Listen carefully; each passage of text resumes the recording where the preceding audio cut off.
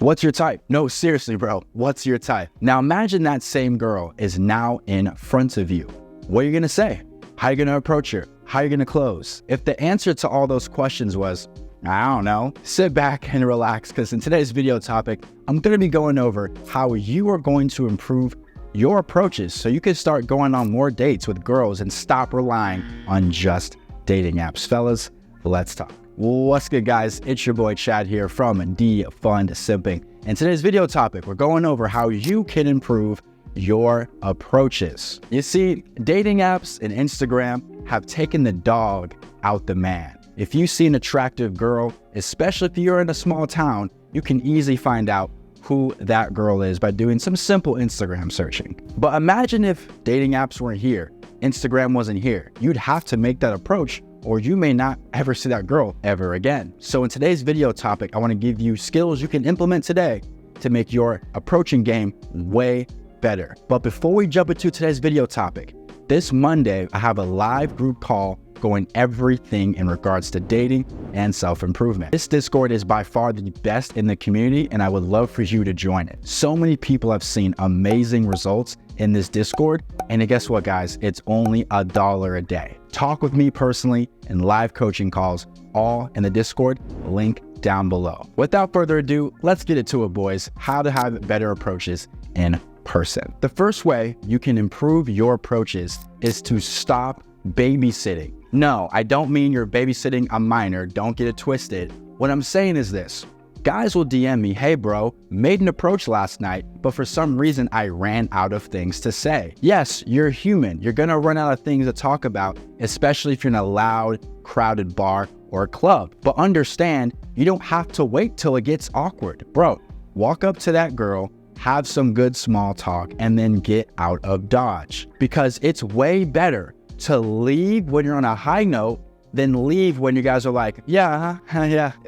So you don't want that. You want to leave when the conversation's actually about to get really good. Now, mind you guys, if she's grabbing on your wrist and touching your chest and looking at you up and down, then yes, stay longer. She's really feeling you. But if you feel like this girl's neutral, she's not showing too much interest, she's just responding to your questions, it's much better to leave when you're at the peak of conversation. Think about it this way. How awkward is this scenario where you're talking to the girl and then she goes, oh, sorry, me and my friends are leaving, bye. And you're like, wait.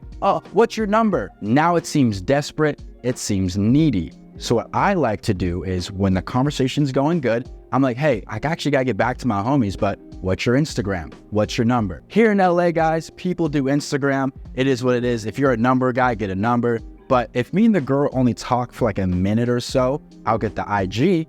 But if we actually hit it off, good conversations, 10, 15 minutes, I'll most definitely grab the number. And the reason why I want you guys leaving when the conversation's getting good is because I'd much rather you leave on a high note than she leaves you in the dust and you're running after her asking for her number or contact information. Another reason why I like to leave while the conversation is getting good is I want her to come find me throughout the night. Let's just say you're at a bar or a club or a gym. It'd be super dope if that girl walked back up to you and said, hey, nice talking to you, or hey, how have you been, stranger? When a girl does that, you know you're cooking. You know she's feeling you because she found her way back to you. Especially if she's hot and all these guys are trying to talk to her, if she came back to you, you know you're cooking. And the last reason why I like to leave when the conversation's about to get really good is because I'm there to make multiple approaches. Sorry guys, we've all been there when we approached a girl,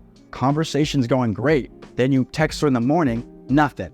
It's like, damn, I sat there and talked to you for 20, 30 minutes, and now when I text you, you don't respond. So for me, I much rather make multiple approaches in a night. So if I approach 3 girls, get 3 numbers, okay, one of you guys are gonna come through, opposed to sticking to one and hoping that one works out. The second way to improve your approaches is to get much better at building rapport or relatability. So whenever I approach a girl, guys, I try to build as much comfort and relatability as humanly possible. Now, I'm not sure if this is just me, but whenever a girl tells me anything, I try to tell her a little bit about where she's from, her culture, trying to see if I can get her to go, oh my gosh, this guy knows what he's talking about. For example, let's say I meet a girl and ask her where she's from. And let's just say it's a random place like Wisconsin. I'll say, oh, Wisconsin, is it true all they do is get drunk and watch the Badgers play football? And if she has a good personality, she may go, oh my gosh, yes, that's all me and my friends did back home. That's so funny. See, you're building comfort, you're building relatability. Because how is it that you two are strangers, you and the girl, but yet you're still able to relate to her? That's the whole point. Another thing I do is if I meet a girl and let's just say she's from Iran, I'll pull out my Farsi bag and I'll be like, Salam Khubi. And she's like, wait, she'll grab my wrist. She'll grab my shirt. She'll grab my shirt. She's like, whoa, you're black. How do you know my native tongue? You see, all I did was build relatability. I barely even know any Farsi, but in that moment when I pulled it out, I built a lot of comfort with her. Another way to build comfort is, let's just say you and that girl are from the same city. Let's say you guys both live in, I don't know, LA. You would say, oh, you're from LA. Okay, cool, what part? And when she starts talking about where she's from, you can go, oh my gosh, there's actually a really good brunch spot by you. Have you been to so-and-so? Let's just say she's like, yeah, I have been. You guys can start talking about the meals you guys maybe have had, the same entrees, the same drinks you guys ordered, and now you're building that rapport. So whenever you're talking to a girl, guys, do your best to build as much comfort and rapport. The more you can build of that, the higher chances you are to convert that date to in person. And the last way you can get better at approaching is to change the way you look at rejection. You see, most people never approach because they're scared of rejection. That's probably the most obvious reason why most people don't approach. And here's my take on that. When you're a confident person, you're not scared of rejection. When you are unconfident, you are scared of rejection. And let me break that down.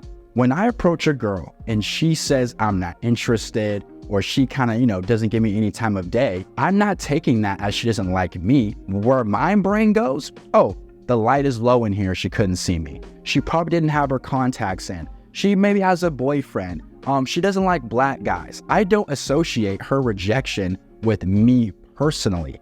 And that's how I'm able to jump from, rejection to rejection and not care, because I'm not taking it personally. You see, when you're an unconfident person and then you get rejected, it almost reinforces the reason why you're unconfident. Because guess what? If you feel like you're not worth it and you don't deserve a beautiful woman and you think girls don't like you, then you make an approach, get rejected. You're like, see, I knew I was right. I knew I wasn't worthy. I knew girls don't like me. And this makes you feel even shittier. For me, I don't take rejection as a personal attack. Because guys, I'm gonna be real. Take any girl, put her in front of me, right? 1 hour, I guarantee you she'll leave that date going, wow, I wasn't the biggest fan of him before, but I am now. If you think I'm delusional for thinking that, that's okay. And that's how I like it.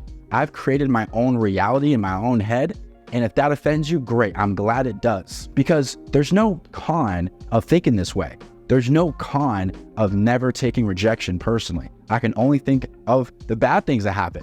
If you think rejection is personal, then you're never gonna make approaches. But if you can take yourself out the approach. Because think about it, when you approach that girl, she talks to you for what, 2 seconds, 10 seconds? That's not enough time to get to know you. So I guarantee you, if you were that girl's coworker, you can hang out with her for 3-4 months time. I bet you that girl would freaking like you, bro. So I hope those 3 lessons helped you out. Build that relatability, build that rapport. That's gonna make her go from this stranger to, oh, he speaks my native tongue or knows a little bit. He knows the same people I know. He's been to the same schools I've been to. He knows about my culture. And on top of that, you're not babysitting. You're not sitting there talking to her forever and ever and ever. Then she hits you with the, oh, I gotta go to the bathroom. Then you're like, okay, I'll be here waiting for you. And then she never comes back because you're taking too long to take action. And lastly, don't be scared of rejection. There's no point of living your life scared of an opinion from some 5'3" chick. Why does she matter? Live life unhinged. Walk up to who you want to talk to. You'll feel so much more liberated afterwards if you start living life on your own terms and not letting your unconfident mind stop you from doing so. I hope you guys enjoyed today's video. I drop videos every single week. Like, comment, subscribe, and all that corny shit. And I'll see you boys on the next one. Peace.